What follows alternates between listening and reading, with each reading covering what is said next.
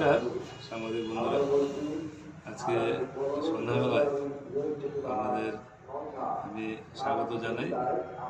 আমি গতকালকে আগরতলা প্রেস ক্লাবে কিছু ক্লাব এবং মহকুমার একটা সাংবাদিক সম্মেলন করেছে ওরা, এতে বলা হয়েছে দুর্নীতির বিরুদ্ধে জয়, প্রথম জয়, দ্বিতীয় জয়, তৃতীয় জয়, এরকম বলেছে।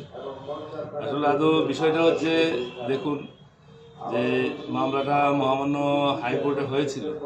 হাইকোর্ট আমরা অ্যামিকেবলি একটা সেটেলমেন্টে এসেছিলাম, তারপর আমরা সেলফ ডিক্লারেশন ওই হাইকোর্টে আমরা দিয়েছিলাম, বা আমরা আগেও আপনাদের মাধ্যমে প্রেস মিট করে আমরা বলেছিলাম যে প্রয়োজনে সিবিআই তদন্ত দিক, আমাদের কোনো অসুবিধা নেই।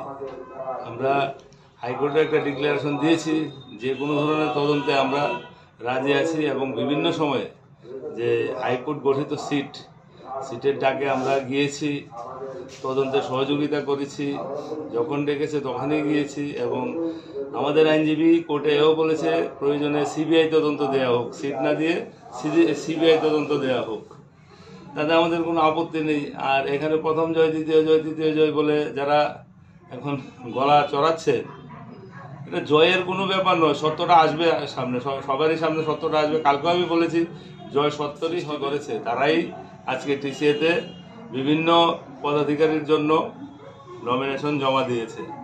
ভালো হয়েছে, ত্রিপুরা রাজ্যের মানুষ সবটাই দেখছেন এবং উপলব্ধি করছেন কোন দিকে যাচ্ছে টিসিএ।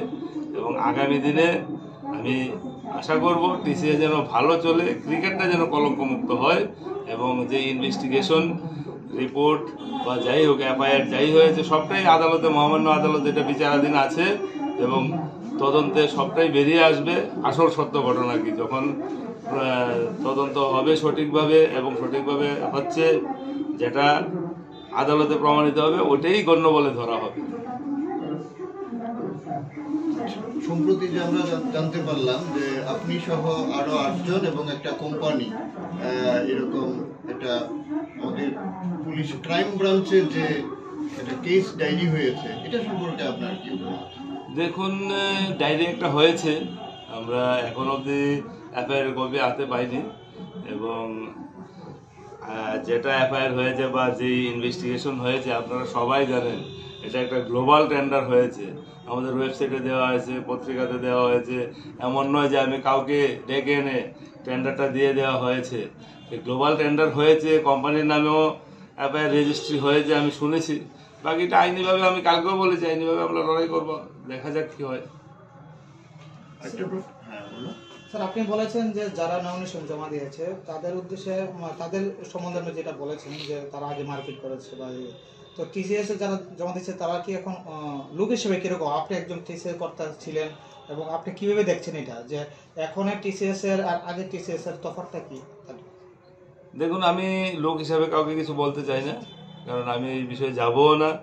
এটা আপনারা এবং ত্রিপুরা রাজ্যের মানুষ, ক্রীড়া জগতের মানুষই উপলব্ধি করতে পারবে কে লোক হিসাবে কিরকম। ওনাদের ইন্টারেস্টটা কি? ওনাদের ইন্টারেস্টটা হচ্ছে টিসিএতে ক্ষমতা দখল করা। ওনাদের একটাই উদ্দেশ্য টিসিএতে ক্ষমতা দখল করা, একটা নির্বাচিত কমিটিকে এইভাবে মানে বেআইনিভাবে বাদ দিয়ে দেওয়া। এটা ভূভারতে নজিরবিহীন ঘটনা। কেন করতে চাইছে মনে হয় আপনার এটা? কে কেন করতে চাইছে? যারা তাদের উদ্দেশ্য হচ্ছে টিসিএতে ক্ষমতা দখল করা, একটাই উদ্দেশ্য। যে থানায় যে অভিযোগটা এসছে ক্রাইম ব্রাঞ্চে, যে এই 3টা ধারা যে দিল, এই 3টা ধারা, এগুলো কি আপনি কি মনে করেন নন ভেলেবল না ভেলেবল? আমি এখনো এফআইআর কপি এখনো হাতে পাইনি। আমি শুনেছি এফআইআর কপি আসুক, তারপর আমাদের আইনজীবীরা, আমাদের বিশেষজ্ঞরা আছে, ওরা চিন্তা করবে। আপনি এই যে ওই সময় তো আপনি সেক্রেটারি ছিলেন, আপনার ট্রেজারার ছিল, ট্রেজারারের পাশাপাশি ভাইস প্রেসিডেন্টও, তাদের নামও এটার মধ্যে এসছে। তো ওনারা এই ঠিক এই মুহূর্তে আপনার সঙ্গে ওনাদের কি মতামত, বা আপনি তো ওনার সঙ্গে কোনো আপনারা দলগতভাবে কিছু করতে চাইছেন না আপনি ব্যক্তিগতভাবে আপনি বিষয়টা জানাতে চাইছেন? এটা একটা সমষ্টিগত লড়াই। ওই লড়াইয়ে ট্রেজারারও পাশে আছে, ভাইস প্রেসিডেন্টও পাশে। ভাইস প্রেসিডেন্ট রাজ্যের বাইরে আছে, ট্রেজারার হয়তো পার্টির মিটিংয়ে ব্যস্ত আছে, উনি আসতে পারেনি। কিন্তু আমরা এক ঐক্যবদ্ধভাবেই লড়াই করছি, এবং আগামী মঙ্গলবারেও আমাদের একটা হিয়ারিং মহামান্য আদালতের ডিভিশন বেঞ্চে চিফ জাস্টিসের কোর্টে হবে, আমরা একসঙ্গেই মামলাটা করেছি, আলাদাভাবে করিনি। যেহেতু মামলাটা এখন আদালতে আছে, কিন্তু তারা বলছে তাদের এখনো পর্যন্ত 4টা জয় হয়ে যাচ্ছে, সেই বিষয়ে কি বলবে? দেখেন, আমি তো মূর্খের স্বর্গে বাস করি না। 4টা জয় পরাজয়ের এখানে কোনো ব্যাপার নেই। ইনভেস্টিগেশন নিয়ে যদি কেউ জয় পরাজয় বলে, ওটা ওদের ব্যাপার, ওই নিয়ে আমার কিছু বলার নেই।